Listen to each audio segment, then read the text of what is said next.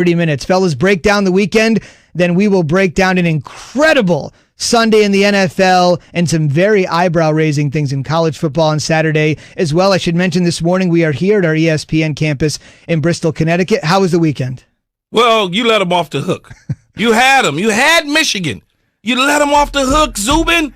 How did you do that, Coach? He is referencing my alma mater, Rutgers, who was looking for one of the biggest wins in school history over Michigan. Remember, Michigan is the all-time major wins leader. Rutgers, arguably, Jay knows Jersey native, one of the worst programs in the history of college football. It was a very Rutgers thing to do. I became a Rutgers fan for about four and quarters in two overtimes. Do you know I how was a major torturous? Rutgers fan. And how torturous was that? I've been doing it for 42 years. Okay, so that's how bad I it's was been. hoping and praying that they beat Michigan, though. I just felt like hating on Michigan that day. Just continue to dig the grave deeper for John Harbaugh. Oh, man. It was one of the – and then because on College Game Day, you had Desmond and them all pick Utah over USC, so it gave me extra motivation to pick Rutgers over Michigan. But my weekend was good. And we should quickly mention, of course, Desmond, Heisman Trophy winner at Michigan. Michigan over Rutgers, 48-42 in triple overtime. And Rutgers may have lost the game, but I think Michigan found a quarterback in Cade McNamara. The Joe Milton era was nice while it lasted. We'll talk about that a little bit later. But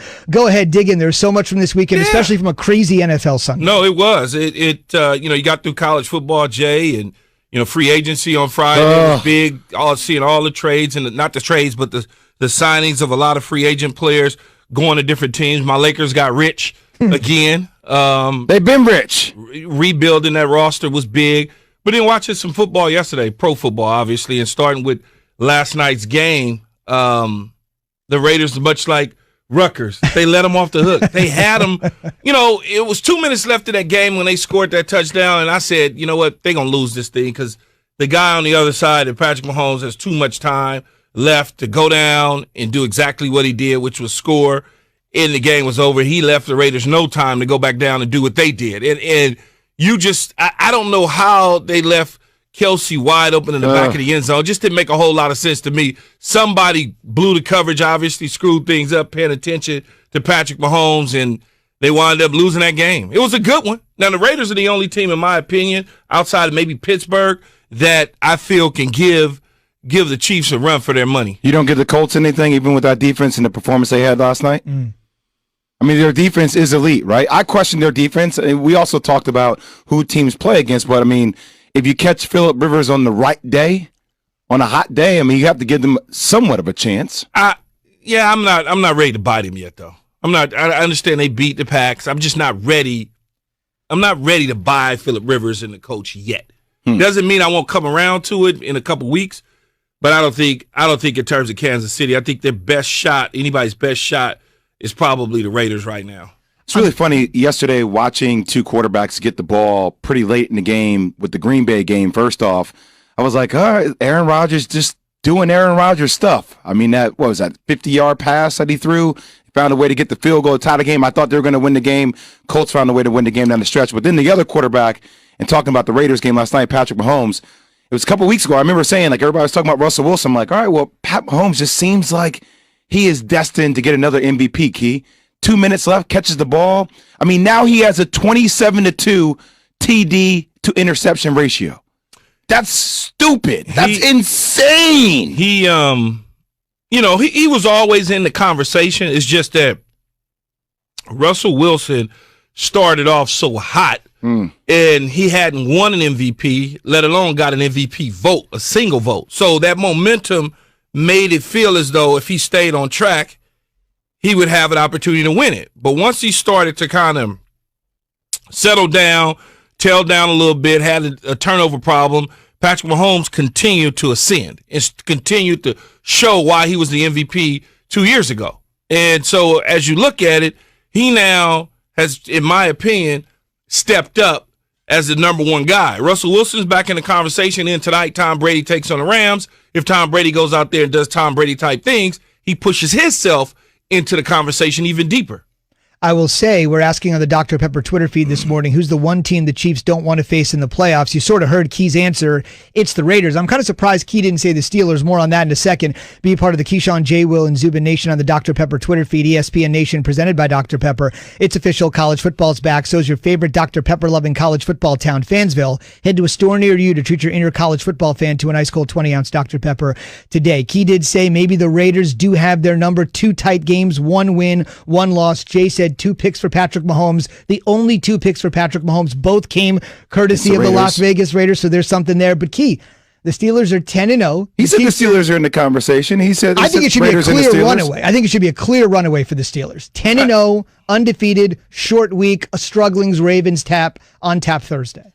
I think that the Steelers and the Raiders are both there, but because I'm coming off the Raiders' victory against the Chiefs and coming off a near victory against the Chiefs in the style in which they played, makes me believe that they're the ones that can give them a tough out. Now, Pittsburgh, obviously being undefeated, Zubin, there's no question about they're going to give them a run for their money. I mean, Chase Claypool, and Juju, and Big Ben, and just what the Steelers are doing. And they're catching the Ravens, like you said, on a nasty loss to the Tennessee Titans in overtime.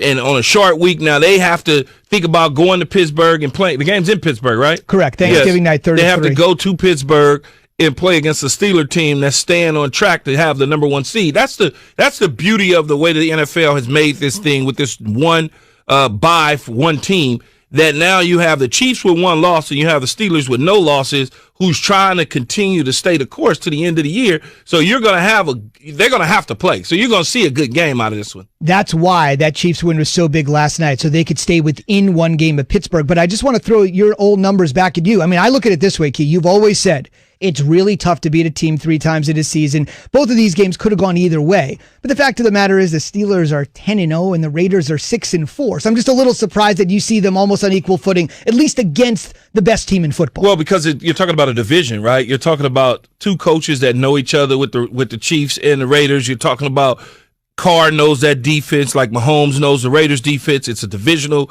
opponent. They see each other. When you play against divisional opponents, it's just not me watching tape against you. I'm also watching the other team that I might be playing that's already played you. So I get an opportunity to see you so much, right? When think about it, the Chargers play the Chiefs.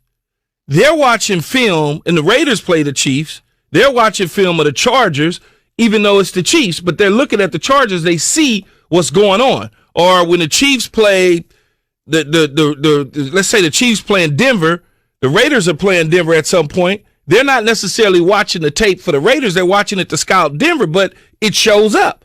So you get an opportunity to see so much of one another. This is an out-of-division matchup we're talking about with the Steelers and the Chiefs. I'm talking about more in the division. I know you. I know your tendencies. I know the way you walk. I can tell. I know the way you smell. All of those sort of things. All up in you. Know the way you smell, huh? I know the way you smell. You know where I want to go with that comment. I'm going to leave it alone. Oh, God. Here's kid here. I will say. Please don't. I will say. 609. I think I have a read. What? I was going to say, though, I do look forward to Thursday when the Ravens play the Steelers, because I wonder after that game, what else will Lamar Jackson say after that game? It seems like every game they lose, he said something that makes you wonder, what are we doing from a leadership perspective here, Lamar? That's something we'll dig into later this morning because it has been a recurring thing. Last thing on Patrick Mahomes, this is just the greatness of Mahomes. I know every sportscaster, all you SportsCenter guys, they come on and they say something about Patrick Mahomes. This is the best I can do to expand on his greatness, which is already pretty evident. Last night was his 40th regular season game. So he's played about 2.5 seasons. 40 games is 2.5 seasons. In those